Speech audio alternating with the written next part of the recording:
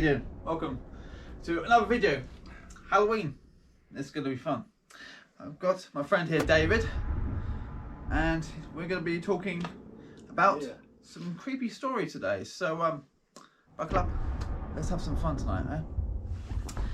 And by all means, check out his YouTube channel, ComradeCommissarYuri. I'll send you a link. Okay? So, David, there's quite a few stories for you, and I'm really intrigued about it. Yes, there are. First one, which really interests me, is the hooded one. Yeah, That one. Yeah. So you want that from the beginning? Yeah, absolutely. Go for it. Okay, so I must have been 8 or 9. Oh, years old. Yeah, years old. Yeah. Back then. Okay. On a school trip in, I believe it was somewhere in Dartmoor. You know, like one of those camps you go to with school to do activities and all sorts, that kind of thing. Okay. 8, 9 years old, you say? I think so. Yeah. Yeah. And so yeah, we were there for about a week in total, Monday to Friday. And it was about, well, back then I was afraid of the dark. I was a kid. Yeah. So Yeah. A lot of us lots are. of kids got afraid of the dark. I was afraid of the dark for a long time, and so I had trouble sleeping. And where we were, we split school, so one dormitory for girls, one dormitory for boys. Yeah. Usually. And they all had bunk beds as well, so they fit quite a lot of people in the room. Where was the location?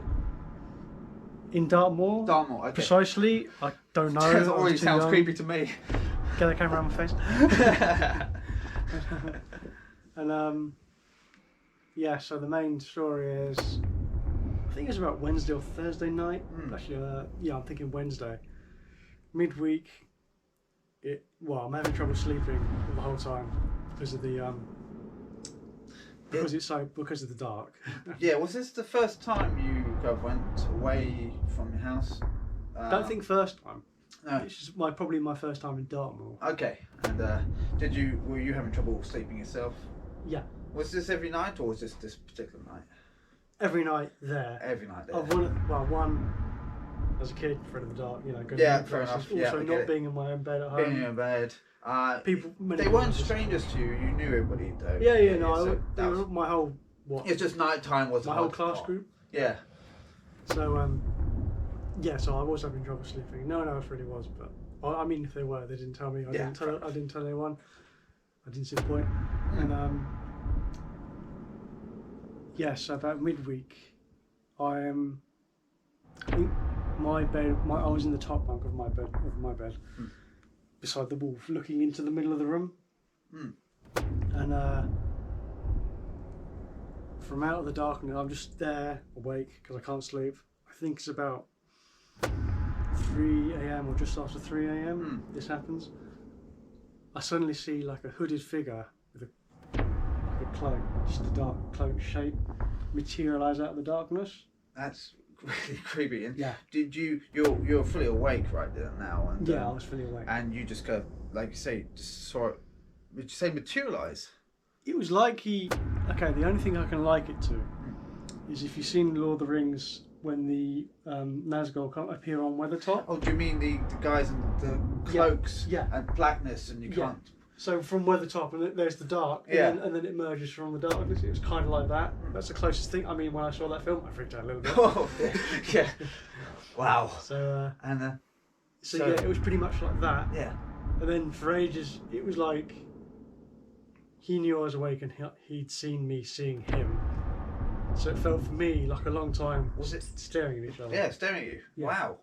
And it was probably either seconds or minutes, but it felt like an hour. Frozen maybe, or kind of seeing the time? Oh yeah, well, I was petrified. Yeah. Oh my god. I was just like, And so what happened? Well, it was just staring at. I'm staring at him. He's staring at me. We're staring at each other. Yeah. I have no idea how long for. But yeah, it freaked me out a lot, I'm going to say. And then slowly, whatever it was, just turned its hood and moved across the room. Diagonally away from me, that way. That's it. Did it very smoothly kind of glided. Yeah, that's it. Yeah. And then the next thing I hear is there's a massive thump, and then a scream, and Oh. then another thump. Wow. And so teachers come running in, as they would, lights flash on. Turns out where this thing had gone, someone had managed to get over their bunk railing, because all the bunk beds had railings. I forgot to mention that earlier. They all had railings, and he managed to somehow get over that and then fall off and land on his head. And where that happened is where that thing went. And these are big railings, and these railings to stop you from falling off the bunk. Yeah.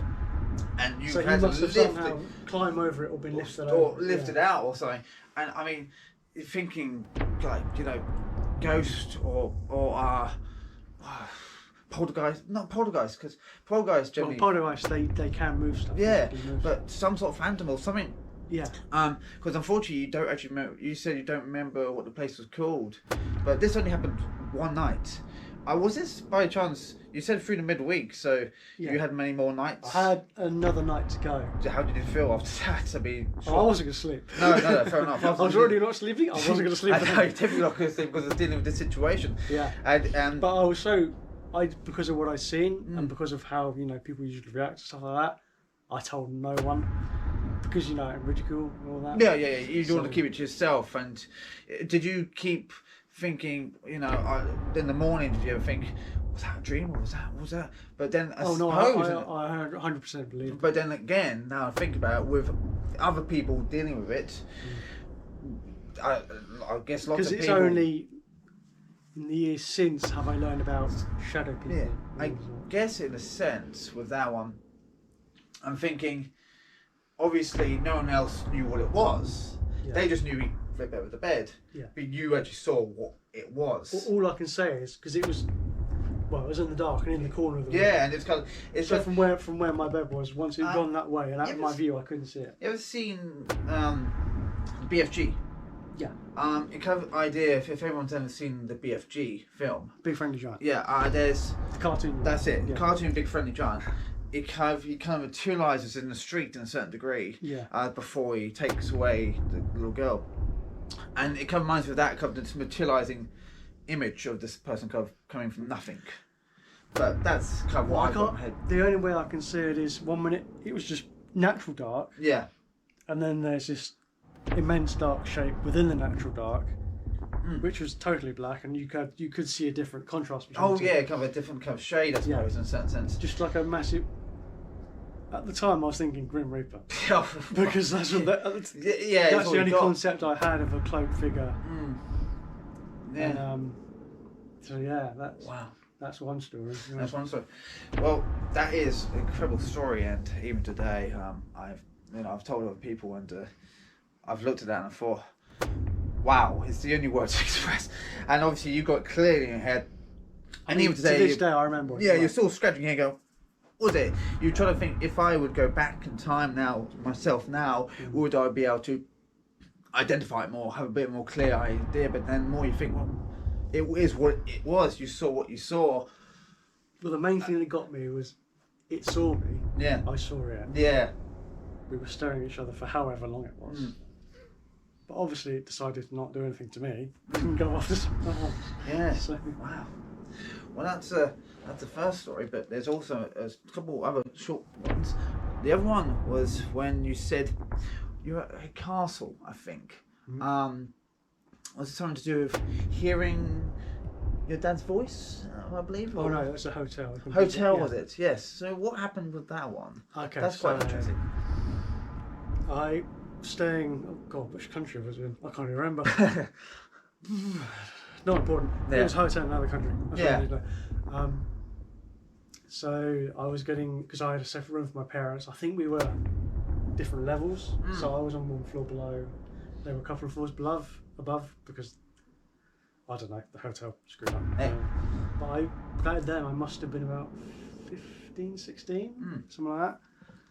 But yeah, I was a lot older than I was before. Yeah, so I must have been in my teenagers at least. And so yeah, I was just sat there reading a comic one night, sorry. And then it's like I hear my father's voice in my head saying, "Come on, ready, we're going to go now." So I get ready to go, going out to a restaurant for a meal. So I like get changed and I go to the loo and all that. So I head out to my parents' room on the 7th floor above. You didn't have a mobile phone on you, No. did you? No. So you literally just heard your dad in It's your like head. I heard him in my But head. you didn't think twice about it. No. You just kind of, because normally people go, but you think, okay. Yeah. So then I had to go the process going down the corridor, going to the elevator. Wow. Thumbing in the floor, going up, and it's one of the situations where as soon as I got to their floor, I got to their door, kind of like in the Matrix, you're about to knock and the door opens, that kind of situation. So they were about to come and get me, just as I arrived, because I just like preemptively, my dad has psychically told me. Wow. That's how it felt like anyway. And then you open up the door to come my fist never made contact because the door opened. Knock, the door opened. Yeah. And then they were surprised to see you, I guess. And you're thinking, oh, you called me, I guess, and they didn't call you. And were you quite puzzled at this point, thinking, what? Or did you just kind of get on with it and go, okay, get on with it. Get on with it. You didn't think twice about it, I suppose. Well, I don't know if they did, but I did. Yeah. I didn't mention it. Okay, fair enough. And they've never known that story, I guess. But well, it's kind of interesting because that is completely different story from the other one, where it's kind of like you heard something and everything in order. That's incredibly weird and interesting at the same time, because you're trying to think, what is it? And probably the only way you could probably describe it now is a term I've since learned is a glitch in the Matrix. Okay, that's the only thing I think of. Yeah, it's very interesting, that is, and how which is common enough term used now, I think. Yeah, maybe. Yeah, because of the Matrix. Yeah, ironically, yeah, a lot of that. There's also one more story I'd like to hear of where you said you managed to escape. I would say a deathly situation where you're near death escape, or if that's one near death situation with the ceiling collapse nearly. Yeah. So this is the very first house I grew up in. I can't remember how old it was, but back then for this situation I was probably just after the toddling stage, or maybe 2 or 3 at least. 2, 3, 4, yeah, something like that. Still very young. I was napping on my bed, I think in the evening. I suddenly feel like there's a voice in my head saying, "Get out." So I kind of wake up. Was it screaming? Or shouting? Loud?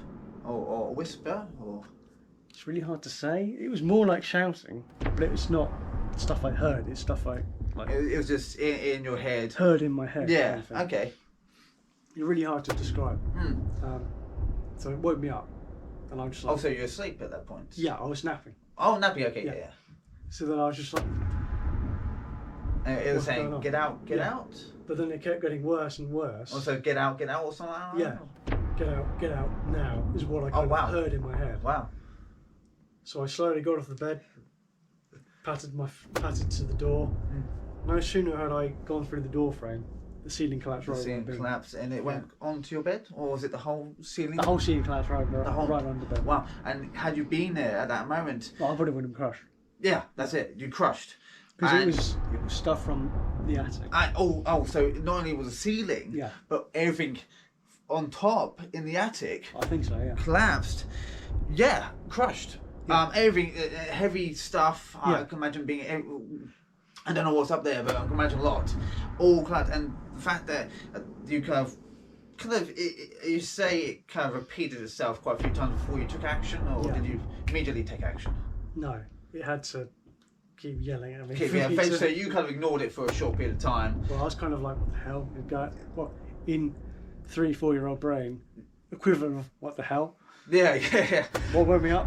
Why am I awake? Yeah, and then eventually you go, and you kind of ignored it for a short period of time, and eventually you thought. And then I just got the get out now. Yeah, and if something was telling you, I mean, clearly, whether you call it a guardian angel or something protecting you, I don't know. That's a paranormal element, I suppose. The only way I can translate it is the feeling I got was something yelling, get out now. Yeah, I mean, there's some elements of people suggesting they have a guardian angel. Before we know that could be something like that. And the fact is, they were trying to protect you. Who knows? And you have to do something. They have to be persistent and lucky timing, because you got to the doorway. Yep. And so you say, is it the minute you got out the doorway, literally? Pretty much, as soon as I passed through the doorway. And the minute you got to crash, and did that shock you, startled you, like, whoa, whoa. Well, I mean, yeah, I just... Yeah, you're like, and did it take you a while to recuperate from that? Well, no, because my mum shouted upstairs, now what have you done? Oh dear. Because back then, I broke everything. Yeah, and yeah, you're thinking... So of course, I got the blame. Yeah. Until she saw the damage, and then she realised it was not me. Oh dear. Oh dear, yeah, that's amazing. From what I know now, when I was eventually told what happened, because it was a semi-detached house, so it was, attached houses. So the neighbours had been banging away our attic, which had weakened our attic. Yeah. And the ceiling collapsed. So it's going to go give away at some point. Yeah. Regardless, just ironically you were there, but thank God. Do you know what time of day or night? I think it was early evening. Early evening. And you just, about 5. I was thinking where to sleep now, but you know. Yeah, well, I couldn't sleep in there for a few days. No, fair enough. You dealt with that's quite a few interesting stories.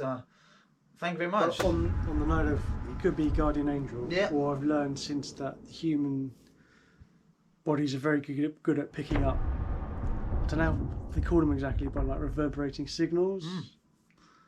So some of that could have woken me up and got me out of the room, because apparently human bodies are very good at sensing danger.